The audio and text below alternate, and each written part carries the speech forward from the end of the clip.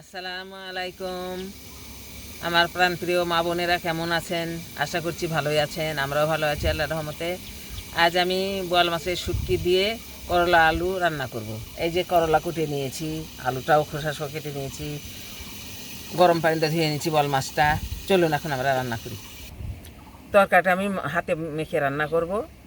আমি কড়াই নিয়েছি, এখন আমি মশলাগুলি দিয়ে নেব। প্রথমে পেঁয়াজ দিয়ে নিচ্ছি, আদা বাটা, রসুন বাটা, জিরা বাটা, ধনিয়া গুঁড়া, মরিচ গুঁড়া, স্বাদ মতো লবণ, হলুদ গুঁড়া, সয়াবিন তেল। আগে আমি মশলাটাকে মেখে নিব একসঙ্গে করে। মশলাগুলো আমি মেখে নিব। আজকে তেলেও দেয় অনেকে, আমিও তেলে দিই অনেক সময়, তেলানি করি। আজ তেলানি করবো না, হাতে মেখে রান্না করব। এটার একটা স্বাদ আলাদাই। এই মাখানোর মশলা এখন আমি মাছ দিয়ে নিচ্ছি, মাছটাও মেখে নিব।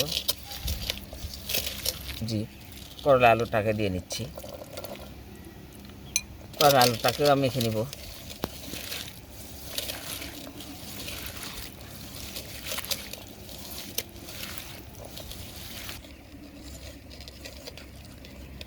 মাখানো আমার হয়ে গেছে, এখন আমি পানি দিয়ে নিচ্ছি।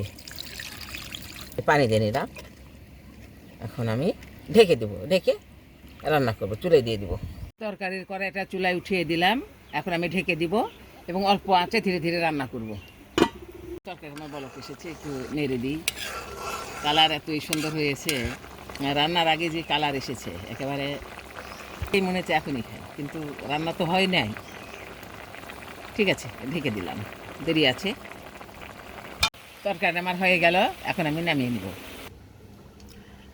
করলা আলু দিয়ে বোয়াল মাছের শুটকির তরকারিটা আমার হয়ে গেছে। কালার টালার খুব সুন্দর এসেছে, সেন্টও সুন্দর আছে। যাই হোক, আপনারা যদি রান্নাটা ভালো লেগে থাকে, আপনারা এভাবে রান্না করে খাবেন, খেয়ে দেখবেন বেশ ভালো লাগবে।